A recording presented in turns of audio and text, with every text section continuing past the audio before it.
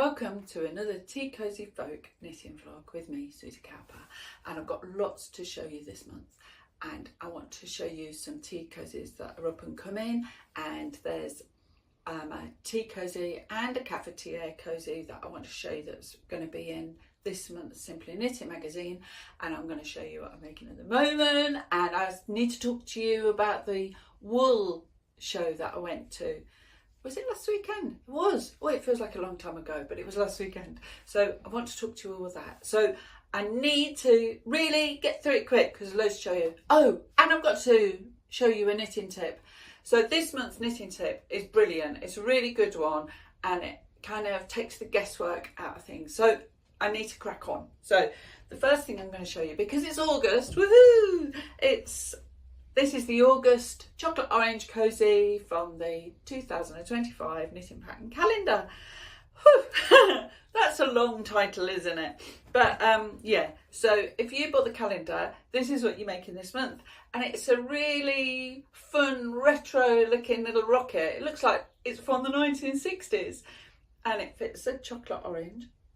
And it's just really cute and quirky. So if you've bought the calendar, this is what you'll be knitting. So have fun. This is the Peregrine Falcon Tea Cosy, and I was requested to make this by somebody, and here he is. And I really like him actually. I know he's not. Look, Peregrine Falcons are quite bullet-like, which is why they are the fastest thing, you know, on the planet. But but a teapot isn't bullet shaped, it's big and fat and round. So I don't know, this is a podgy Peregrine Falcon. This cute little cozy is going to be on the website on the 14th of August. So, you know, you can either buy the ready knitted tea cozy or knit your own. But, you know, he's got his little wings at the back and his tail, and he's got his hooked beak, and there's this lovely patterning going on the front, which is really easy. It's just like knitting in stripes. It's not tricky, it's not difficult, you don't need a chart. Really easy, but looks so effective because their plumage is like that, and there's like stripes on their tummies. So, you know, he's really cute, and he's got his little feet at the bottom, his little talons, and he's so cute and adorable.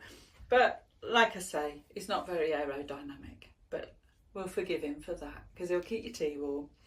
So that knitting pattern will be on the website on the 14th of August. So if you want to knit one, put a date in your diary. Simply Knitting. Do you subscribe? I've got a little pattern in it this month, and it comes out, oh look, there's a crossword. There's, can you see? So it's a daisy tea cosy and a daisy cafetiere cosy, and the magazine comes out on the 7th of August, so you'll be able to knit those. And oh, you'll need to buy the magazine first though, so if you don't subscribe, maybe you need to subscribe. But that's the magazine, and here are the little cozies. So this one obviously is the cafetiere cosy, and because it's not on the top, so that means you've got access, because you need access for the plunger, and the little cozy is knitted flat, and it does it with the little buttons at the back, so it's easy to get on and off. You're not trying to pull it over, you just wrap it round and then fasten the buttons. It's really easy. Look, I can do it without looking. So, and it's covered in little daisies, and the daisies are worked, well, you work the centres separately whilst you're knitting the rest. Again, it's really easy. There's no charts. It's knitted like you knit the blue part first, and then you move on to the yellow part to knit the centres. And it's called String of Pearls, this pattern. And yeah, so you knit the centres for the flowers, and then separately you knit the petals that edge the flowers. That's a lot of petals, and so if I were you, I'd find a nice film to watch while you're knitting all these petals, because there is a lot. It does take a while, but they look so pretty. And here's the tea cosy, it just looks so summery, doesn't it? And so pretty. I love daisies. They're one of my favourites. And I think it's because they're just so cheerful, aren't they? They're so pretty and simple, and I like simple. So that's the tea cosy, and they match. So that's really nice, isn't it? And I did make a daisy chocolate orange cosy as well. So, you know, if you'd got that little pattern as well, you'd have the whole set. It'd look really good. But both the patterns for these two are in the Simply Knitting magazine, which is on sale in the UK on the 7th of August. And but the Daisy Chocolate Orange Cozy is on the TeaCosyFolk website as a digital download, so you would need to get that one there. So that's two. But anyway, I'll put the links down below and then you can go and see. And I'll put the links for the subscriptions down below, just in case you want to subscribe to Simply Knitting. But yeah, they're the tea cozies that will be in the Simply Knitting magazine. So if you want to knit them, this is the one you need. I've been asked by some people if I will release the knitting patterns of the 2025 knitting pattern calendar as separate standalone downloadable knitting patterns. So I'm going to start releasing them. And the first one, which is January, is for the Yeti, and he will be on the website to download the pattern on the 21st of August. And he's really cute. You know, his main base is knitted in that loopy stitch. If you can't do the loopy stitch, it's really easy. I'll put the link down below to the help video, because it's always easier when you've seen it done. And he's got boggly eyes and a big smile. He's a really friendly Yeti, and he's got his little arms. I think he wants to give people hugs, doesn't he? And he's got his little feet sticking out, and he's really cute, and he fits onto a Terry's Chocolate Orange. And he's going to be on the website soon. So, you know, if you've been looking, thinking, oh, I really, you know, want the Yeti, you'll be able to get your hands on it now without having to buy the whole calendar. In last month's vlog, I told you that I was going to the Eden Wool Gathering show in Whithorn, and I went along, and it was great, and it was a lovely day. It was good, that was, because it was outside. So I went in my wellies just in case it was a bit damp underfoot, and it was brilliant, and I had a lovely time. There was lots to see, and I've got a little video that I'm going to show you, so I'll play that down there. And so at the show, there was everything there, from, you know, from the raw materials still on the sheep's back, and it went all the way through.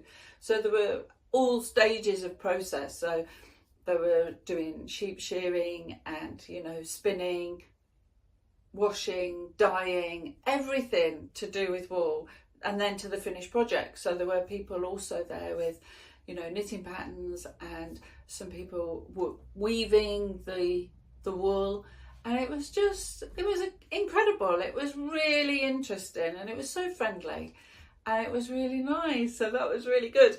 And I went along, and I bought a couple of things, and I had a great time. There was this man pegging rugs, and that was really interesting, and he was inviting people to, you know, do a bit of the rug pegging whilst you were there at the show. And I had a little go, so that was nice. And he showed me a much quicker way of pegging rugs than I've been taught.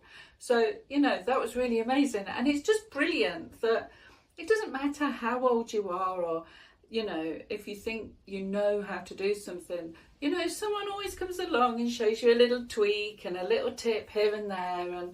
And it, you know, it's an eye-opener. And that was really good. So yeah, so we went and saw that, and we had a fabulous time. It was a brilliant show. We really enjoyed it. So that was great. So if you get the chance, they're doing it again next year. So yeah, it's called the Eden Wool Gathering, and it's at Whithorn, and that's in Dumfries and Galloway in Scotland. So, you know, if you can, and if you want to, you can pop along to the next one, which will be next year, this time next year, I think. But yeah, that was really good. It was really good. We've come to that part of the show where I show you a knitting tip. And today's tip is about long tail cast-ons. Now when I'm making tea cozies, I use long tail cast-ons all the time because it's nice and neat and it's stretchy. And because with a tea cosy, what you'd need is a stretchy cast-on edge, because it's got to squeeze around and, you know, you've got to stretch it over the teapot. And the middle part of the teapot is fat. So, you know, you do have to have a bit of give in it. So I use a long tail cast-on. And I want to show you a tip that my grandmother taught me. Now, these are super teeny tiny knitting needles, and they're great for knitting little things because you don't need much room, you know, so they are brilliant for that. But they're not really good for this experiment. Well, it's not an experiment. They're not really any good for this knitting tip, because usually my normal knitting needles are 30 centimeters long, which that's why I've got this ruler with me, because I want to show you something. Now, when I do my long tail cast on, you know, there's a bit of guesswork, isn't there? Because you need to put your slip knot in a place that gives you enough yarn to do the cast on stitches, but also to give you a bit extra for sewing in at the end. Because a lot of the time, it's not just sewing in, there's sewing up to be done with all these tails. So that's what I'm going to show you. And I just want to show you this. So when you have a 30 centimetre length, this works with double knitting yarn and 4mm needles. I suppose if you're more used to using, I don't know, 4-ply or chunky Aran or something else, you would get to know, if you start, you know, kind of measuring and studying a bit, what you do. Anyway, let me show you. So this is a 30 centimetre, this is a 30 centimetre length, and I'm going to put my slip knot in at 30 centimetres, right? Now, I know with 30 centimetres, I've got, oh, I better put my specs on. Makes my blurred a bit. Oh, makes my vision go a bit funny otherwise. Anyway, so, oh, it's all going wrong now. Okay, so I've got my slip knot at 30 centimetres, and I know that in this 30 centimetres I can make 20 stitches, right? So I'm doing the round the thumb part with the tail, and the other part that makes the stitch is off the yarn off the ball. Okay, it does make a difference. So there's 2.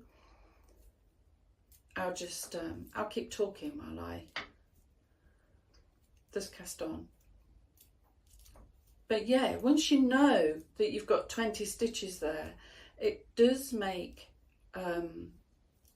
long tail cast-ons less of, you know, a guess, because then you can work out, oh, I've got 20 stitches there. So let's have a look. It is starting to get a little bit tricky. Let's have a look. 2, 4, 6, 8, 10, 12, 14, 16, 18, 19, 20. So I've got 20 stitches there, and there's a little bit left. That's not a lot for sewing up, really, but, you know, usually I'm perhaps casting on more than that, and so you would have, you know, if I had to cast on 40 stitches, I would have double that at the end after I'd casted on my 40 stitches. And, you know, obviously it's an accumulative effect, so you end up with a longer bit of tail. But, you know, once you know that 30 centimetres gives you 20 stitches, so if you are casting on, I don't know, 80 stitches, so you go 20, 40, 60, 80. Now, you put your slip knot in, and you can confidently get 80 stitches out of this tail with a bit left over for sewing up. So that's brilliant. So that is with double knitting and 4mm needles, but it doesn't work like that when you come to you know, when you're casting on the main cosy and you've got to cast on 28 stitches with double thickness yarn. Right, so this time the numbers have changed because the needle size is different and it's so much bigger, so obviously you need more yarn. So this time I know that 30 centimeters gives me 15 stitches. So for this, if I'm going to cast on 28 stitches, I'm going to need 2 lengths, and that will give me my 28 stitches and a little bit of allowance at the end to do the sewing up, because you know this will be at the bottom of the tea cosy. So I'll just show you now. So that's the slip knot on with the 2 lengths, 2 30cm lengths, and that side is the side I'm wrapping around my thumb, and this side is attached to the balls of yarn. Right, I'm just going to cast on. See, these are more like the 30s, look, they're closer to 30 centimeters than those short ones. But I do like short knitting needles sometimes when you're knitting those little fiddly bits. They're quite nice. I do have different knitting needles for different little jobs. Do you? I just, you know, like these ones are metal, and I quite like that because it makes the knitting quicker, and you know, because you're doing the main part, it's the biggest bit to knit usually. So I've got 2, 4, 6, 8, 10, 12, 14, 16, 18, 19, 20, 21, 22, 23, 24, 25, 26, 27, 28. There you go. 28 stitches and a little bit of a tail for sewing up at the end. And that was with 60 centimeters of yarn. So, you know, that was my grandma who taught me that years ago, and it was just to take the guesswork out. And so, and I suppose because she was always knitting, and I suppose I'd said, how do you work out how much yarn you need? And I think I saw her measuring her yarn against her knitting needles. But it's just nice, isn't it? And, you know, people pass on little tips. And, you know, this was a keeper for me, and I kept it, and I use that little tip all the time. I hope that helps with your knitting when you're tea cozies. This is the little guy that I'm working on at the moment, and I've done all the knitting, but none of it is sewn up. I don't sew anything together while I'm, you know, doing the designing.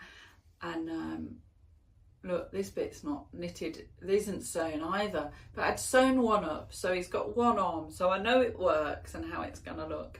But then I've knitted another one, I've put it in place, but it's not sewn up yet.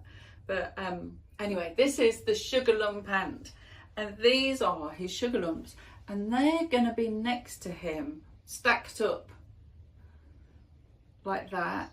And they're gonna help actually with the structural support, because he's a bit top heavy, and that'll help support him. But you know, it also looks cute because he's getting his sugar lumps ready to take home.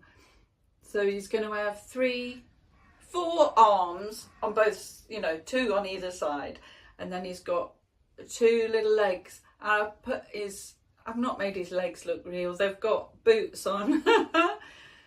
He's got his work boots on, but you know, ants do have funny little, I don't know if they're pincery, but they do have funny little hands, So, well, they're not hands, I suppose, are they? They are feet. All of ants' legs are feet. So, anyway, that's by the by. This is, so I've done his arms, he's got his hands and his little legs, and he's got his boots on. And this is going to be the ant tea cosy. And I can't really show you much more than that because of that. Because he's going to just all fall over.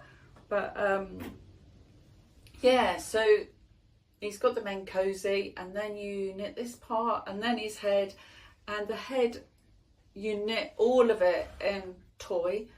So you've got his head, and then this is kind of made like a little hood that goes onto the back of the head to make him two colours.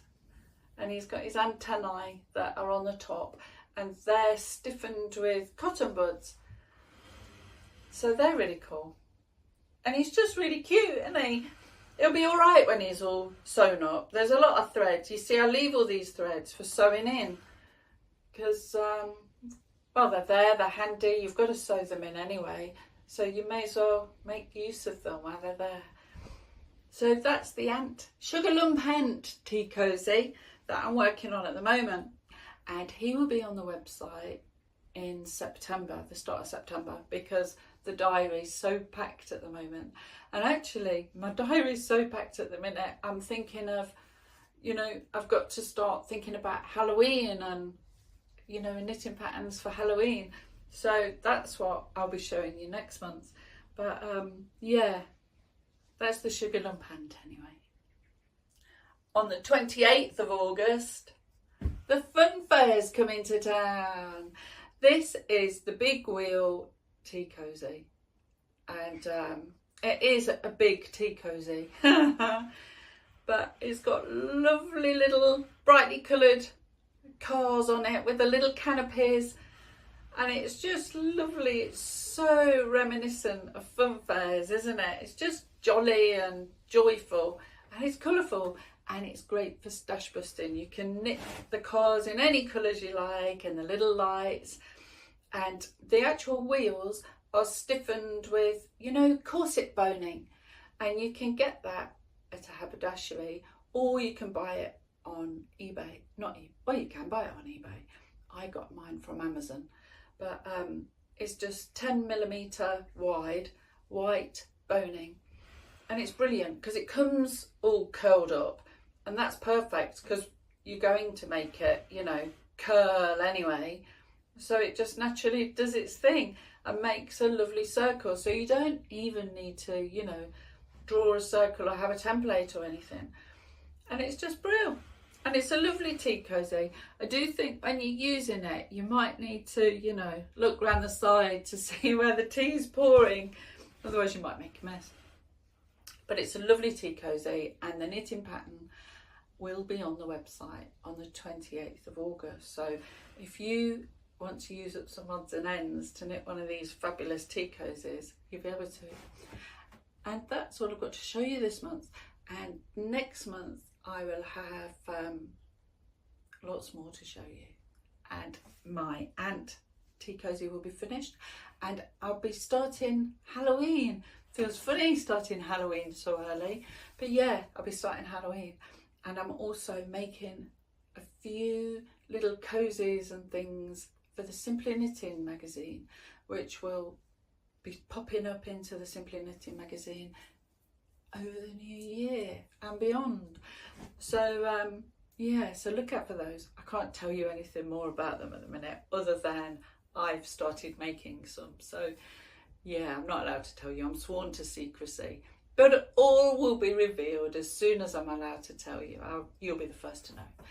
But have a lovely August and enjoy yourself. Enjoy the sunshine and have a great time. But do try and spare a few moments for knitting, because, you know, it's great. Keeps us sane, keeps us happy, and it's good for the mood. That's what they all say anyway.